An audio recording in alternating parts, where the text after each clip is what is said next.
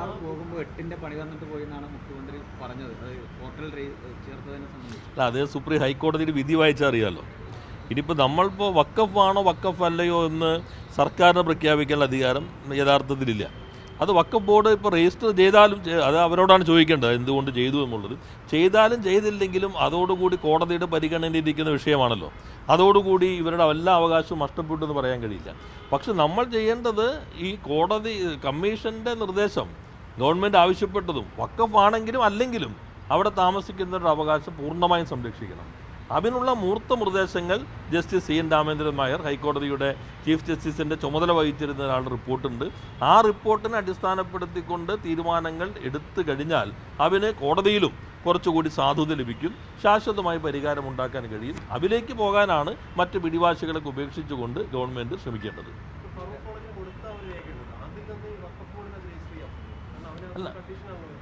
അല്ല, അത് സംബന്ധിച്ചെല്ലാം ഇപ്പോൾ വക്കഫ് ട്രിബ്യൂണലെല്ലാം കേസ് നിൽക്കുകയല്ലേ. അപ്പോൾ വക്കഫ് ബോർഡ് എന്തുകൊണ്ട് ഇപ്പോൾ ഇതിലേക്ക് പോയി, അത് ഞാൻ ആ ഭാഗം പരിശോധിച്ചിട്ടില്ല. കാരണം ഇപ്പോൾ നമ്മുടെ ഭാഗത്ത് വരുന്ന വക്കഫ് ബോർഡാണ് അത് വ്യക്തമാക്കേണ്ടത്. ഇനി അവരെന്ത് ചെയ്ത് കഴിഞ്ഞാൽ അതോടുകൂടി വക്കഫിൻ്റേതായി എന്ന് പ്രഖ്യാപിക്കാൻ കഴിയില്ല. ട്രിബ്യൂണൽ പരിശോധിച്ചു കൊണ്ടിരിക്കുകയാണ്, അവസാന ഘട്ടത്തിലെത്തി എന്നാണ് ഞാൻ മനസ്സിലാക്കുന്നത്. എന്നാൽ വക്കഫ് ആണെങ്കിൽ പോലും ഇപ്പോൾ താമസിക്കുന്ന ആളുകളുടെ ഒരു അവകാശവും നഷ്ടപ്പെടാൻ പാടില്ല എന്ന നിലപാടാണ് കഴിഞ്ഞ സർക്കാർ എടുത്തത്. അതുകൂടി പരിഗണിച്ചുകൊണ്ടാണ് ജസ്റ്റിസ് സി എൻ രാമേന്ദ്രൻ നായരുടെ കമ്മീഷൻ ശുപാർശയുള്ളത്. ആ ശുപാർശ നടപ്പിലാക്കാൻ തയ്യാറാവുകയാണ് അടിയന്തരമായി ചെയ്യേണ്ടത്.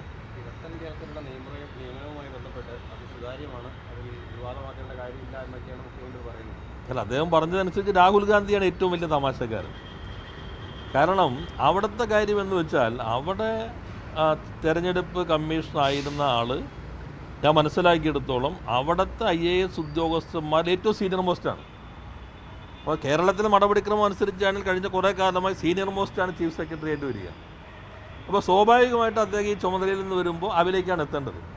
പക്ഷേ അവിടെ CPIM ഉൾപ്പെടെ ആ നിയമനത്തിന് എതിരെയുള്ള നിലപാടാണ് സ്വീകരിച്ചത്. രാഹുൽ ഗാന്ധി മാത്രമല്ല, CPIM ആ നിലപാട് തന്നെയാണ് സ്വീകരിച്ചത്. അപ്പോൾ അദ്ദേഹം പറയുന്ന ന്യായം അനുസരിച്ചാണെങ്കിൽ ഇവിടുത്തെ ഗവൺമെൻറ് നൽകിയതാണല്ലോ, അമ്മത്തെ ഗവൺമെൻറ് ഞങ്ങളുടെ അല്ലല്ലോ. അങ്ങനെയാണ് ബംഗാളിലെ അമ്മത്തെ ഗവൺമെൻറ് BJPയുടെ അല്ലല്ലോ. ആ ഗവൺമെൻറ്റിൻ്റെ അഭിപ്രായം കൂടി വെച്ചിട്ടായിരിക്കുമല്ലോ വരിക. പക്ഷേ ആ പ്രവർത്തനം ആകെ ചോദ്യം ചെയ്തു. ഏറ്റവും വലിയ കൊള്ളയ്ക്ക് ഏറ്റവും ഉയർന്ന പദവി എന്നാണ് രാഹുൽ ഗാന്ധി പ്രതികരിച്ചത്.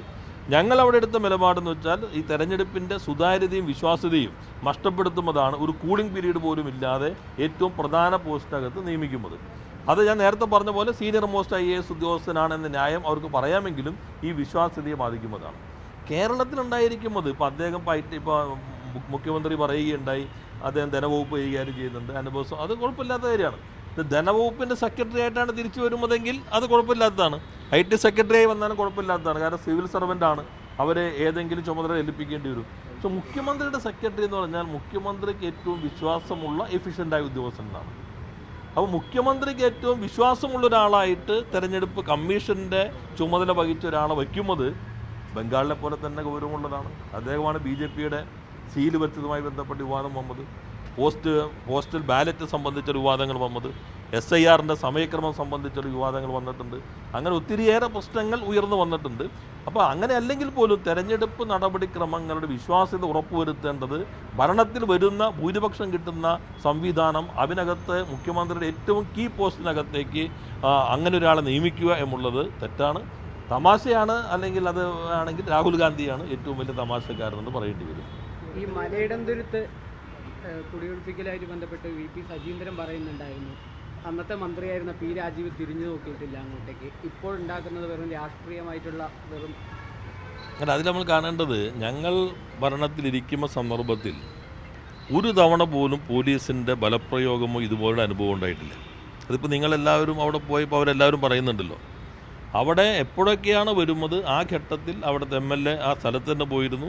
അദ്ദേഹം ആവശ്യപ്പെട്ടതനുസരിച്ച് ഞങ്ങൾ ഇടപെട്ടിരുന്നു. ഇത് 1970-കളിൽ തുടങ്ങിയ കേസാണ്, വ്യക്തികൾ തമ്മിലുള്ള കേസ്. 2023 മാർച്ച് അവസാനമാണ് സുപ്രീം കോടതിയിൽ വിധി വരുന്നത്. ആ വിധിയെ തുടർന്ന് എക്സിക്യൂഷനിലേക്ക് വന്നു കഴിഞ്ഞപ്പോൾ ബലപ്രയോഗത്തിലേക്ക് പോകരുത് എന്ന നിലപാട് അന്നത്തെ ഗവൺമെൻറ് സ്വീകരിച്ചു. അതിനെ തുടർന്ന് ബലപ്രയോഗം ഉണ്ടായിരുന്നില്ല. എന്നാൽ ഭരണം മാറിയ ഉടൻ തന്നെ അതിക്രൂരമായിട്ടുള്ള പോലീസ് ബലപ്രയോഗം വന്നു. സ്ത്രീകളെയും കുട്ടികളെയും ഉൾപ്പെടെ വലിച്ചിഴക്കുക, അടിക്കുക, ബൂട്ട് കൊണ്ട് ചവിട്ടുക എന്ന അനുഭവമാണല്ലോ മാധ്യമങ്ങളോട് അവർ പങ്കുവച്ചത്, പ്രായമായ ആളുകൾ ഉൾപ്പെടെ. അപ്പോൾ ആ പോലീസിൻ്റെ അത്തരത്തിൽ ഒരു കാര്യവും കഴിഞ്ഞ ഗവൺമെൻറ് സമയത്ത് ഉണ്ടായില്ല. ഇവിടെ നാം ശ്രദ്ധിക്കേണ്ടത് കഴിഞ്ഞ ഗവൺമെൻറ്റിൻ്റെ ഏറ്റവും അവസാന സമയത്ത് പെരുമ്പാവൂർ കോടതി തന്നെ പോലീസ് ബോംബ് സ്ക്വാഡ് ഉൾപ്പെടെയുള്ളവ നൽകി ഇത് എക്സിക്യൂട്ട് ചെയ്യണം എന്ന് വന്നപ്പോൾ അങ്ങനെ ഒരു നിർദ്ദേശം നൽകാൻ കോടതിക്ക് അധികാരമില്ല എന്ന നിലപാടാണ് കഴിഞ്ഞ ഗവൺമെൻറ് സ്വീകരിച്ചത്. അതിനെ തുടർന്നാണ് ഇത് സംബന്ധിച്ച് തെരഞ്ഞെടുപ്പ് ഉൾപ്പെടെയുള്ള കാര്യങ്ങൾ കൂടി ചൂണ്ടിക്കാട്ടി കഴിഞ്ഞ ഗവൺമെൻറ്റാണ് ഹൈക്കോടതിയിൽ പോയത്. ഇപ്പോൾ മാധ്യമങ്ങൾ പറയുമ്പോൾ ഇപ്പോൾ ഇവർ ഹൈക്കോടതിയിൽ പോകാൻ തീരുമാനിച്ചു എന്നുള്ള കഴിഞ്ഞ ഗവൺമെൻറ്റാണ് ഹൈക്കോടതിയിൽ പോയത്. ഇവിടുത്തെ പ്രശ്നം വെച്ചിട്ടുണ്ടെങ്കിൽ മുഖ്യമന്ത്രി പറഞ്ഞത് അവർക്ക് അവിടെ നിന്ന് ഒഴിപ്പിക്കില്ല, അല്ല അവർ അവിടെ നിന്ന് ഒഴിഞ്ഞാലും അവർക്ക് വേറെ സ്ഥലം കൊടുക്കും. ഇത് അവർ തയ്യാറായിരുന്നില്ലെന്ന്, ഇപ്പോഴും അവർ തയ്യാറല്ല എന്നാണ് ഞങ്ങളോട് പറഞ്ഞത്. കാരണം അവിടെ 150 വർഷമായി താമസിക്കുന്നു. അവിടെ അവരുടെ ബ്ലോക്ക് പഞ്ചായത്ത് പണിത റോഡുണ്ട്, വീടുകൾ പഞ്ചായത്ത് കൊടുത്തിട്ടുണ്ട്, ക്ഷേത്രമുണ്ട്, അവരുടെ സംസ്കാരം നടന്നിട്ടുള്ള പഴയ ആളുകളുടെ മരിച്ച് അവിടുത്തെ സംസ്കാരം നടന്നിട്ടുള്ള ഇടങ്ങളുണ്ട്. അപ്പോൾ അതെല്ലാം ഉള്ളത് കൊണ്ട് അവിടെ നിന്ന് ഒഴിയാൻ പറ്റില്ല എന്ന നിലപാടാണ് അവർ സ്വീകരിച്ചത്. ഇത് സുപ്രീം കോടതി വിധിയാണ്. അതുകൊണ്ടാണ് ഞങ്ങളൊരു നിലപാട് സ്വീകരിച്ചത്. അവിടെയുള്ള 19 ഏക്കറും ഒരു സർവേ നടത്തി കഴിഞ്ഞാൽ ആ ഭൂമിയുടെ യഥാർത്ഥ സ്വഭാവം മനസ്സിലാക്കാൻ കഴിയും. പിന്നെ എല്ലാ വശങ്ങളും പരിശോധിച്ചിട്ടില്ല, ശരിയാണോ, രേഖ ശരിയാണോ, കുടിയാൻ സ്വഭാവത്തിൽ എങ്ങനെ വിൽക്കും എന്ന് പരിശോധിച്ചിട്ടില്ല, പുറമ്പോക്കാണോ അല്ലയോ അത് സംബന്ധിച്ച് ഒരു സർവേ കൂടി നടത്തണം എന്ന് കാണുകയുണ്ടായി. ആ സർവേ നടപടികൾ ആരംഭിച്ചിട്ടുണ്ട്. യഥാർത്ഥത്തിൽ ബഹുമാനപ്പെട്ട മുഖ്യമന്ത്രി ചെയ്യേണ്ടത് ആ സർവേ നടപടികൾ സമയബന്ധിതമായി പൂർത്തീകരിച്ച് ഭൂമിയുടെ സ്വഭാവത്തെക്കുറിച്ച് ഒരു വ്യക്തത വരുത്തി അതിനുശേഷം തുടർ നടപടികളിലേക്ക് പോവുക എന്നതാണ് വേണ്ടത്. ആ നിലപാടാണ് കഴിഞ്ഞ സർക്കാർ സ്വീകരിച്ചത്. ആ നിലപാട് സ്വീകരിച്ചു എന്നുള്ളത് കൊണ്ടാണ് ഇത്രയും നാൾ 14 തവണ അദ്ദേഹം പറഞ്ഞല്ലോ, ഈ 14 തവണയും പോലീസ് ബലം പ്രയോഗിച്ച് വലിച്ചടിച്ച് പുറത്തേക്ക് ഇട്ട് അത് ഒഴിപ്പിക്കാതിരുന്നത് കഴിഞ്ഞ ഗവൺമെൻറ് സ്വീകരിച്ച നിലപാടിൻ്റെ ഭാഗമായി കൊണ്ട് തന്നെയാണ്. ഈ കോടതിയിൽ കേസ് നിൽക്കുമ്പോൾ ഈ വെക്കേഷൻ കഴിഞ്ഞിട്ട് വരട്ടെ എന്ന് പറഞ്ഞിട്ട് കോടതി തൽക്കാലത്തേക്ക് മാറ്റിയിരിക്കുമ്പോഴാണ് പോലീസ് ഇപ്പോൾ ബലപ്രയോഗം നടത്തിയിട്ടുള്ളത്. ആ ബലപ്രയോഗം എന്തുകൊണ്ട് നടത്തി, അതാണ് അദ്ദേഹം അന്വേഷിക്കേണ്ടത്. മറ്റു കാര്യങ്ങൾ ഈ പറഞ്ഞതുപോലെ സർവേ നടപടികൾ പൂർത്തീകരിച്ച് ശാശ്വതമായൊരു പരിഹാരം ഉണ്ടാക്കാനാണ് ശ്രമിക്കേണ്ടത്. ഗവൺമെൻറ് തുടങ്ങിയിട്ടേ ഉള്ളൂ എന്ന കാര്യമെല്ലാം ഞങ്ങൾ അവിടെയും സൂചിപ്പിക്കുകയുണ്ടായി. അപ്പോൾ അത് അദ്ദേഹം മനസ്സിലാക്കിക്കൊണ്ട് ഇത്തരം കാര്യങ്ങൾ നിലപാട് സ്വീകരിക്കണം. ഞങ്ങൾ ലൈഫ് വഴി വീടുകൾ നൽകി ആളുകളെ സംരക്ഷിക്കാൻ ശ്രമിക്കുമ്പോൾ ഈ ഗവൺമെൻറ് വന്നുടൻ തന്നെ ഉള്ള വീട്ടിൽ നിന്ന് ലൈഫ് കളയാനാണ് ശ്രമിച്ചത്. അപ്പോഴാണ് ഞങ്ങൾക്ക് ഇറങ്ങേണ്ടി വന്നത്. അല്ലെങ്കിൽ സ്വാഭാവികമായിട്ടൊരു 5-6 മാസം ഇവർ എങ്ങനെയെല്ലാം ചെയ്യുന്നു എന്ന് കാര്യങ്ങൾ മനസ്സിലാക്കലാണ്. പോലീസിൻ്റെ ബലപ്രയോഗം വന്നു. അത് ഹൃദ്രോഗികളായ ആളുകൾ, കുട്ടികൾ, ഇവരെല്ലാം മാധ്യമങ്ങളുടെ മുൻപിൽ തന്നെ അവർ വ്യക്തമാക്കിയല്ലോ. അങ്ങനെ അവരുടെ ഉള്ള ലൈഫ് തന്നെ എടുത്തു കളയാനുള്ള ഒരു വലിച്ചെറിയാൻ പോലീസിൻ്റെ ബലപ്രയോഗം വന്നതുകൊണ്ട് മാത്രമാണ് ഞങ്ങൾക്ക് എല്ലാവർക്കും ഇടപെടേണ്ടി വന്നത്. അല്ലാതെ പുതിയ ഗവൺമെൻറ് വന്നു എന്നാൽ ഇനി ഇറങ്ങിക്കളയാം എന്ന് കരുതിയിട്ടല്ല. അതാണ് അദ്ദേഹവും മനസ്സിലാക്കേണ്ടത്.